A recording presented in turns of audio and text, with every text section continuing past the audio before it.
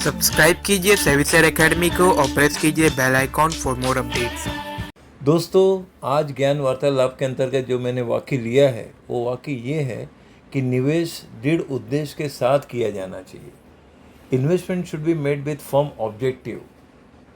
हाँ दोस्तों, क्योंकि सबसे बड़ा आपके लिए ज्ञान वार्तालाप के अंतर्गत ये जानना ज़रूरी है कि इन्वेस्टमेंट हम करते तो हैं और उसके पीछे बेसिक ऑब्जेक्टिव तो सबका एक ही रहता है, प्रॉफिट कमाना, प्रॉफिट बने। ये तो सबसे बड़ा बेसिक ऑब्जेक्टिव होता ही है, वो बिजनेस हो या इन्वेस्टमेंट हो। बेसिक ऑब्जेक्टिव तो दोस्तों प्रॉफिट ही बनता है और वही ऑब्जेक्टिव के साथ ही इन्वेस्टमेंट किया जाता है। अब पॉइंट ऑफ प्रश्न ये है कि हमारा एकदम मजबूत वाली बात जो हम कहते हैं ना, एक मजबूत उद्देश्य के साथ क्या होता है दोस्तों, अगर आप कोई भी कार्य या कोई भी विषय, जैसे स्पेशली मैं इन्वेस्टमेंट के पॉइंट से ही आज बोलूँगा, जिससे आपको वो ज्ञान उन बातों का हो जिसका आभास आपको पहले से ही है, लेकिन एक सही दिशा और मार्गदर्शन की कहीं ना कहीं जीवन में कमी हो जाती है। देखिए दोस्तों, जब हम मार्केट में, स्पेशली स्टॉक मार्केट में जब इन्वेस्ट करते हैं तो ऑब्जेक्टिव तो प्रॉफिट का होता है, प्रॉफिट प्लस होता है, आता है, लेकिन उस प्रॉफिट को फिर हम करते क्या हैं, ये इम्पॉर्टेंट पॉइंट है दोस्तों। उस प्रॉफिट को फिर से हमने इन्वेस्ट कर दिया, फिर उस पर्टिकुलर किसी और स्टॉक में। चलिए, अगर वो स्टॉक अपना हाईली ग्रोथ ओरिएंटेड है तो एक अच्छी बात है, लेकिन सबसे बड़ा पॉइंट ये है कि ऑब्जेक्टिव क्या होना चाहिए। इन बातों पर आपका मैं ध्यान आकर्षित करना चाह रहा हूँ दोस्तों, कि प्रॉफिट आता है तो उसका क्या करें हम, अगर, और वो किस पॉइंट के अंतर्गत आता है। वो अंतर्गत आता है इन बातों पे कि फर्म जो ऑब्जेक्टिव है, यानी जिसे हम कहते हैं ना मजबूत इरादे या उद्देश्य, क्या होना चाहिए। चलिए आपका ध्यान आकर्षित करता हूँ। पहले एक सरल रूप में हम सोचते हैं। उदाहरण के तौर पे मैं दोनों बातों का उदाहरण लेते हुए चलूँगा दोस्तों। जैसे कि मान लो आप एक शॉर्ट टर्म इन्वेस्टर हैं और एक मंथली आपने एक 5 to 7 thousand आपको प्रॉफिट हुआ। चलिए हम मंथ वाइज चलते हैं, तो उस 5-7 thousand का हम करें क्या। अब होता क्या है, 5-7 thousand प्रॉफिट हुआ, चलो खुशी की बात है, या तो हमने उसको अकाउंट में ले लिया या हमने उसे फिर से री इन्वेस्ट कर दिया किसी और स्टॉक में। अब किसी और स्टॉक में इन्वेस्ट किया तो दोस्तों वो पहले देखना है कि वो हाईली ग्रोथ ओरिएंटेड है तो ठीक है, लेकिन प्रॉफिट के रियल पॉइंट पर क्या होना चाहिए दोस्तों, उसका ध्यान आप पर विशेष हो, स्पेशली शॉर्ट टर्म इन्वेस्टर के लिए। शॉर्ट टर्म इन्वेस्टर को दोस्तों पहले तो मैं ये कहूँगा कि जो 5,000 एक बेसिक अमाउंट ही ले लेता हूँ सरल रूप में आपके समझने के लिए।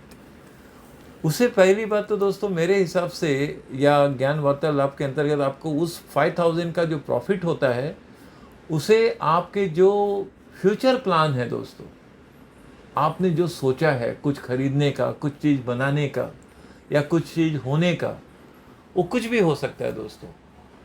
अब वो उद्देश्य हो सकता है कि भाई चलो ठीक है, नियर फ्यूचर में, भविष्य में कुछ गोल्ड खरीदेंगे, कुछ ऑर्नामेंट्स ले लेंगे, ये आपका ऑब्जेक्टिव हो सकता है।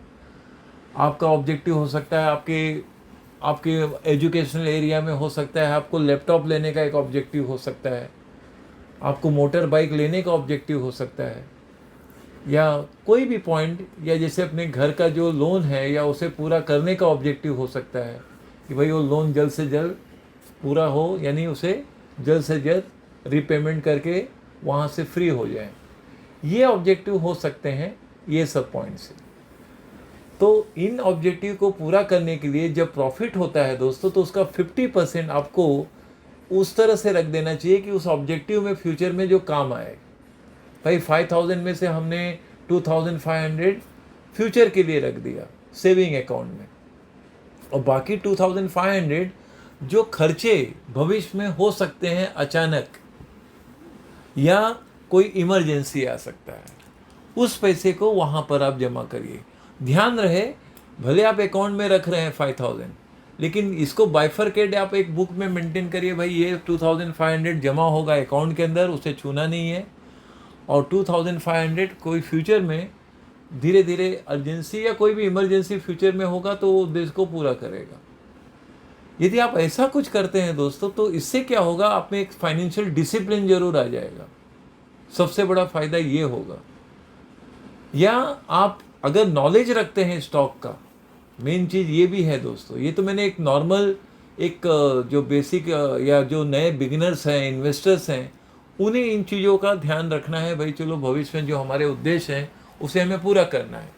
अब वो उद्देश्य आपने प्लान किया है 2025 का, हो सकता है 2026 का हो, तो उसके लिए आपको जो भी प्रॉफिट होता है उस पैसे को एक तरफ अकाउंट में जमा करते जाना चाहिए। ये एक हो गया। और जो खर्चे कभी अचानक भविष्य में हो सकते हैं, उसके लिए भी हम तैयारी कर रहे हैं, तो थोड़ा थोड़ा रखते जा रहे हैं। तो उसमें से कहीं आपने खर्चा कर भी दिया, कुछ पर्सनल एक्सपेंस भी कर दिया, तो वो प्रॉफिट का पैसा है दोस्तों, वो आपका रिवॉर्ड है। तो रिवॉर्ड को आप बखूबी कंस्ट्रक्टिवली आपको खर्चा करना है और भविष्य के लिए पैसा रखना है, जमा करना है।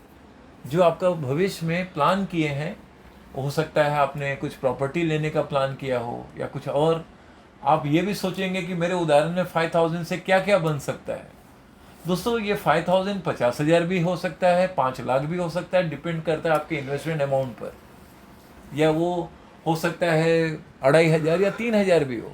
मैंने उदाहरण में दोस्तों मंथली लिया है कि मंथ में मान लो आपको एक 5000 का प्रॉफिट हुआ या उससे ज़्यादा हुआ, तो उस पैसे को आप उस तरह से यूज़ करिए कि जो आपके भविष्य काल में आपका उद्देश्य पूरा करे। हाँ दोस्तों, ये ज़रूरी है। कोई पर्सनल लोन है, आपने बैंक से पर्सनल लोन ले रखा है, वो पेमेंट करना बाकी है, तो इंटरेस्ट तो आप दे ही रहे हैं, ईएमआई भर ही रहे हैं, लेकिन ऐसा कुछ करिए कि भाई जो आपने 24 महीने का है उसे पूरा करें, आप 12 महीने में ही रिपेमेंट करके फ्री हो जाइए। तो उस तरह से आपका वो ऑब्जेक्टिव ये प्रॉफिट का पैसा पूरा करेगा दोस्तों। तो ये इस तरह से आप अगर करते हैं तो उस प्रॉफिट के पैसे को आप प्रॉपर ऑर्डर में, एक सही दिशा में उसे जमा करेंगे, उसे प्रॉपर आप एक सिस्टमेटिक लेवल पर काम करेंगे और अपने आप में एक डिसिप्लिन आप में जरूर आ जाएगा दोस्तों, क्योंकि आपके सामने आगे भविष्य का उद्देश्य है। तो उस पैसे को आप प्रॉपर और एक सही रूप में आप खर्चा करेंगे, जिससे कि ध्यान रहे कि भाई ये पैसा इसी उद्देश्य के लिए हमें खर्चा करना है। नो डाउट प्रॉफिट के पैसे को आपको थोड़ा सा एंजॉय भी करना चाहिए, वो अलग बात है। वो अलग बात है दोस्तों कि हमने वो भी आप प्लान कर सकते हैं। भाई प्रॉफिट के पैसे को 3 महीने के बाद, 6 महीने के बाद अगर वो जमा डिसेंट अमाउंट है तो उसमें से हम 10% कुछ खुशी में, कुछ फैमिली के साथ खर्चा करें, इस तरह का कुछ उद्देश्य हो तो भी वो अच्छी बात है। तो इससे क्या होगा दोस्तों कि आपके पास आपका मूलधन तो मार्केट में चल ही रहा है, उसको आप रोलिंग में ले रहे हैं। ये हुआ शॉर्ट टर्म इन्वेस्टर्स के लिए कर रहा हूँ दोस्तों।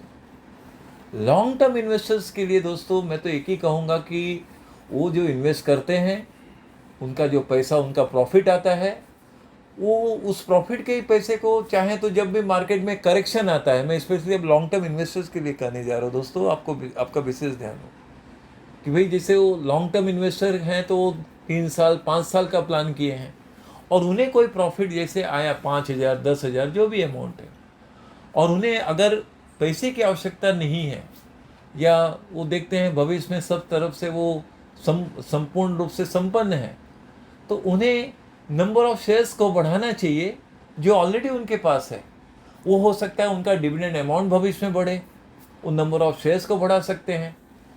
जैसे मैंने पिछले ऑडियो में एग्जांपल में लिया ही था, कंपनी का नाम या जो बात विषय, उसके नंबर बढ़ाए जा सकते हैं क्योंकि प्रॉफिट का पैसा आपके पास है और आपको अभी ज़रूरत नहीं है उसकी। आप 2 साल 3 साल का सोच कर कि भाई अभी ये प्रॉफिट आया है तो भी हम उसका 50% जो भी प्रॉफिट आया है उससे हम कोई एक शेयर ले लिए, इस तरह से हम उसका, हाँ ये भी बात अलग है कि भाई हमने उससे एक शेयर ले लिया या जो भी हमने उसका प्लान किया है फ्यूचर में इन्वेस्टमेंट करने का, जिसको हम री इन्वेस्टमेंट का नाम दे दें, तो री इन्वेस्टमेंट भी किया जा सकता है और वो लॉन्ग टर्म के लिए रख सकते हैं पैसा। अच्छा, प्रॉफिट क्या है? वो एक तरह का इरेटिक इनकम है, मतलब वो नियमित रूप से आना या होना, या कभी बड़ी रकम कभी छोटी रकम, कभी कुछ महीने में कमाए कभी नहीं कमाए, कभी वेटिंग में चले गए।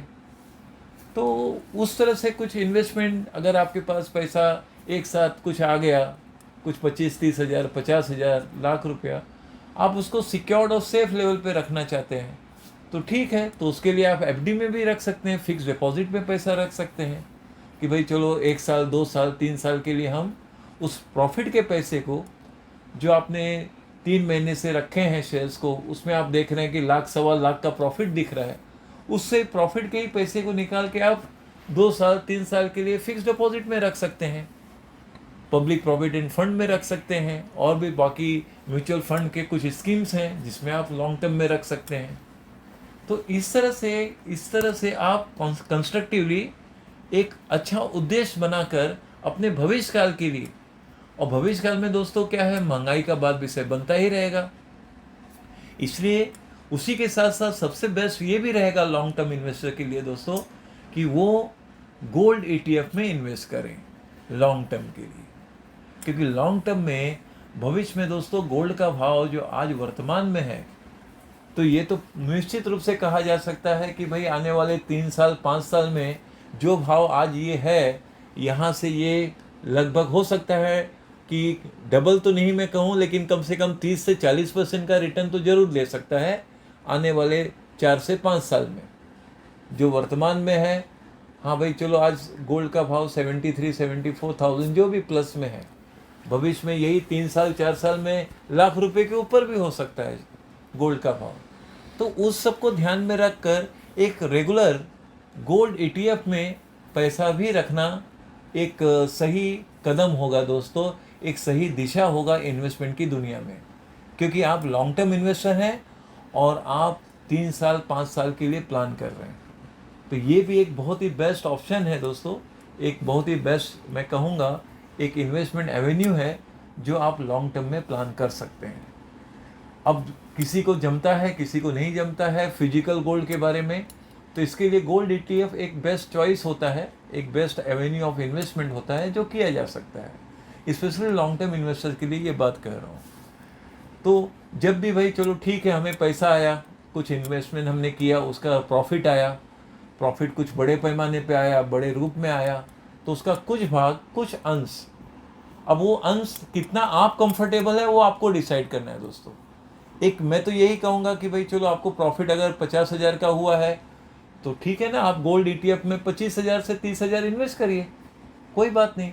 और जब फंड आ रहा है तब आप इन्वेस्ट करिए, ज़रूरी नहीं कि हर महीना करना ज़रूरी है। तो वो भी बात अपनी जगह सही है कि जब भी मेरे पास पैसा आया भाई 3 महीने में प्रॉफिट हुआ, 2 महीने के बाद प्रॉफिट हुआ, 4 महीने के बाद प्रॉफिट हुआ, लेकिन प्रॉफिट का जो पैसा आया उसमें आपने गोल्ड ETF में पैसा इन्वेस्ट कर दिया, वो भी एक अच्छा मतलब एवेन्यू ऑफ इन्वेस्टमेंट है। तो ये किया जा सकता है दोस्तों। जैसे मैंने ब्लू चिप कंपनियां हैं, ब्लू चिप शेयर्स हैं, उसको आप ऐड कर सकते हैं क्योंकि आपके पास ऑलरेडी अच्छे स्टॉक हैं। अब वो संख्या बढ़ाना है तो प्रॉफिट के पैसे से ही आप संख्या बढ़ा सकते हैं, ज़रूरी नहीं कि उसमें हमें प्रिंसिपल अमाउंट इन्वेस्ट करना हो। तो वो टेक्निक, वो स्ट्रेटेजी आपको ध्यान में लेना चाहिए और अपने ऑब्जेक्टिव को स्ट्रॉन्ग करना है भविष्य काल के लिए। अब कुछ बातें दोस्तों, ऑब्जेक्टिव हमारे साथ पारिवारिक रूप में जुड़ा रहता है, कुछ ऑब्जेक्टिव बच्चों के लिए होते हैं, कुछ उनके भविष्य के पढ़ाई के लिए बात होती है, कुछ उनका पढ़ाई पूरा करना है, उनका एजुकेशन पूरा करना है। तो उस उद्देश्य को भी पूरा करने के लिए आपके प्रॉफिट के पैसे को संपूर्ण रूप से या उसको जहाँ जितना यूज़ करना है बिल्कुल करना चाहिए। और वो अगर आप करते हैं तो वो डिसिप्लिन आप में अपने आप ही मेंटेन रहेगा, क्योंकि आप एक सही दिशा में इन्वेस्ट करके जो प्रॉफिट आ रहा है वो आप एक सही यूटिलाइज उसको जो करना चाहिए होना चाहिए वैसा हो रहा है। तो इस तरह से यदि आप करते हैं तो आपके इसी ऑब्जेक्टिव, अच्छा ये ऑब्जेक्टिव क्यों ज़रूरी है दोस्तों? ये ऑब्जेक्टिव इसलिए ज़रूरी है कि इसी से आप में फाइनेंशियल डिसिप्लिन यानी आप में एक वित्तीय अनुशासन अपने आप आएगा दोस्तों।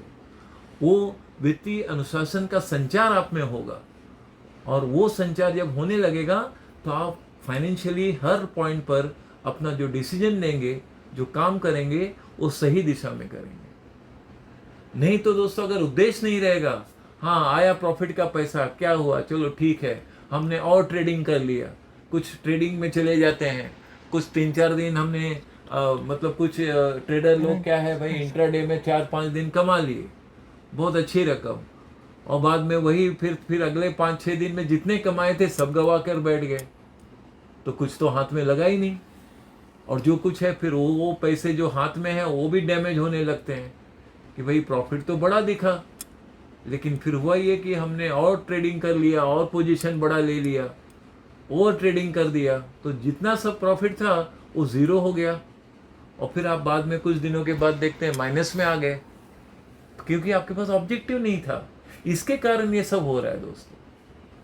तो आपको ऑब्जेक्टिव अपने लिए, परिवार के लिए, भविष्य में जो आवश्यकता है उसको ध्यान में रखने के लिए इस ऑब्जेक्टिव को स्ट्रांग बनाना होगा। यदि आप ऐसा करते हैं तो आप एज एन इन्वेस्टर एक सफल रूप में कदम उठाएंगे दोस्तों, और आप सदैव सफल रहेंगे अपने इन्वेस्टमेंट की दुनिया में। तो ये बेसिक चीज़ें हैं दोस्तों जिसमें ये ज़रूरी है।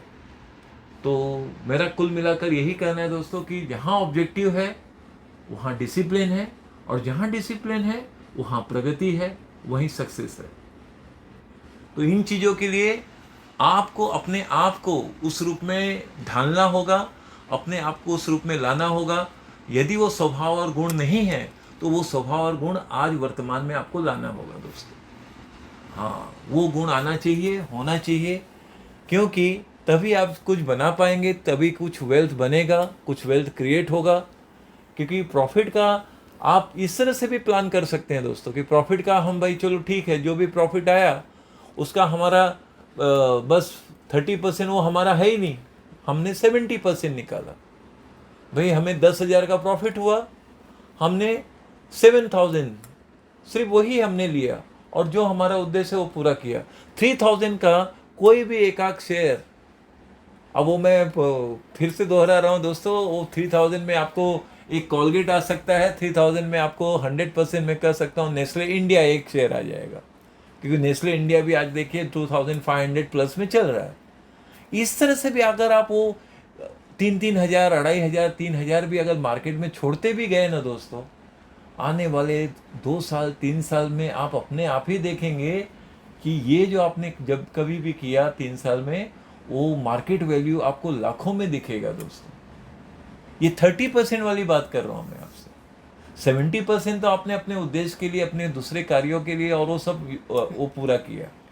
वो जो 30% आपने छोड़ दिया ना, कुछ अच्छे एक शेयर लेकर, और ये सोच कर कि भाई वो मैं 2026-27 के लिए छोड़ा हूँ। हाँ, यदि आप इतना भी करते गए तो समय के साथ साथ वो चीज़ कायम रहेगा, क्योंकि वहाँ पर आपका पैसा जो लगा है वो 3,000 रुपया या उससे कम जो भी है, वो आपने कोई बड़ी रकम नहीं इन्वेस्ट किया है, इसलिए वो पैसा वहाँ ठहर पाएगा। अगर वहीं आपने बड़ी रकम इन्वेस्ट कर दिया ना दोस्तों, तो थोड़ा भी अच्छा प्रॉफिट दिखा तो आपसे रहा ही नहीं जाएगा, आप शेयर बेच के निकल जाएंगे। इसलिए बेस्ट यही है कि ऐसे शेयरों को आप एक एक ही लेते चलिए ना, कोई बात नहीं, क्योंकि आपने पैसा, कौन सा पैसा लगाया, आपने प्रॉफिट का पैसा लगाया। और प्रॉफिट जरूरी नहीं कि हर महीने मिले, प्रॉफिट हो सकता है आपको 2 महीने में मिले, 3 महीने में मिले, या जो स्टॉक आपने पहले का ले रखा है उसमें अच्छा आपको एकाएक उसमें मोमेंटम आ गया, जो 1,500 का शेयर था वो 2,200-2,400 रुपया चला गया, या 100 रुपये का शेयर आज 150 रुपया हो गया। तो ऐसा अगर आप उसमें 1,000 शेयर भी लेके रखे हैं तो आप देख रहे हैं कि 50-60 हज़ार का प्रॉफिट आ गया। तो उस 50-60 हज़ार के प्रॉफिट को कुछ अंश निकाल कर, कुछ उसके पार्ट, मतलब मैंने उदाहरण में क्या कहा कि 50,000 का आया है तो आप 25,000 ही निकालिए, तो भी कोई बात नहीं, बाकी नंबर ऑफ शेयर्स आप रखिए। उस 25,000 को भी आप बखूबी एक ऑर्गेनाइज लेवल पर रख सकते हैं और अपने फ्यूचर ऑब्जेक्टिव को पूरा कर सकते हैं। तो बस दोस्तों, मैं मानता हूँ मेरी बात को आपने सरल रूप में समझ लिया होगा कि ये खास करके जहाँ ऑब्जेक्टिव बनेगा वो आपका माइंड साइकोलॉजिकली वहाँ काम करेगा दोस्तों। आपका दिमाग, दिलो दिमाग में एक ही बात आएगा कि ये हमें इस उद्देश्य को पूरा करना है। अब वो उद्देश्य पर्सनल लोन का होगा, वो उद्देश्य हो सकता है आपके क्रेडिट कार्ड का पेमेंट का हो सकता है, वो उद्देश्य हो सकता है आपके गोल्ड ETF में इन्वेस्ट करने का हो सकता है, या कुछ पैसे इन्वेस्टमेंट लॉन्ग टर्म के लिए करना है, या जैसे मैंने कहा फिक्स डिपॉजिट में रखना है। ये उद्देश्य आपका वो पूरा कर सकता है। तो यदि आप ऐसा करते हैं तो भविष्य काल में दोस्तों इस ज्ञान वार्तालाप का आपको लाभ और जो ध्यान होगा आप इस चीज़ को सदैव याद रखेंगे कि जो इसमें एडवाइस या गाइडेंस दिया गया था वो आपके निजी जीवन में एक सफल कदम आपने लिया, उठाया और उसमें आप सफल रहे। बस यही कहना था दोस्तों, और मैं मानता हूँ मेरी बात को आपने सरल रूप में समझ लिया होगा। हमारा मुख्य उद्देश्य यही है दोस्तों कि आपका पैसा प्लस हो, मल्टीप्लाई हो, आप वेल्थ बनाएं। समय के साथ साथ पेशेंस रखना भी मार्केट में बहुत ज़रूरी है, जो बहुत कठिन चीज़ होता है। खास करके शॉर्ट टर्म इन्वेस्टर्स के लिए पेशेंस हो पाना बड़ा मुश्किल का विषय होता है, लेकिन ये गुण आप में लाना है दोस्तों। आप जब ये गुण लाएंगे तो उसका फ़ायदा भी बहुत अच्छा देखेंगे। बस यही कहूँगा। और बाकी तो हमारे सर्विसेज तो आप जानते हैं दोस्तों कि हम जो भी है वेल्थ क्रिएट करना, वेल्थ बनाना लॉन्ग टर्म के लिए, तो हमारा पोर्टफोलियो मैनेजमेंट सर्विस है, प्लेटिनम पोर्टफोलियो मैनेजमेंट सर्विस है, multi bagger portfolio management service है। और सबसे सेफ और सिक्योर्ड एरिया ऑफ इन्वेस्टमेंट दोस्तों जो लॉन्ग टर्म के लिए है वो है हमारा प्लेटिनम स्टॉक सर्विस, जो आप लॉन्ग टर्म में उस शेयर्स को बखूबी रख सकते हैं। और मार्केट में अगर क्रैशिंग मोमेंट भी आता है या क्रैश भी होता है तो ये सब प्लेटिनम स्टॉक, मतलब मैं ये कह सकता हूँ, मैंने ऑब्जर्व किया है कि ये स्टेबल और स्ट्रॉन्ग ज़्यादातर रहते हैं। इसमें प्रॉफिट बुकिंग होता है, प्राइस नीचे भी आते हैं, थोड़ा बहुत मौका भी देता है कि आप उसे ऐड कर सकें। तो बस, तो आप मल्टी बैगर स्टॉक का भी प्लान कर सकते हैं। हमारा मेंबरशिप भी है, डायमंड मेंबरशिप है। जब आप कुछ बड़े पैमाने पे कुछ विथ रिस्क एंड ऑल आप पॉजिटिवली पेशेंस के साथ इन्वेस्ट कर सकते हैं, तो उसमें हमारा एक डायमंड मेंबरशिप का भी बात विषय है जो आप प्लान कर सकते हैं दोस्तों। चलिए फिर मिलते हैं।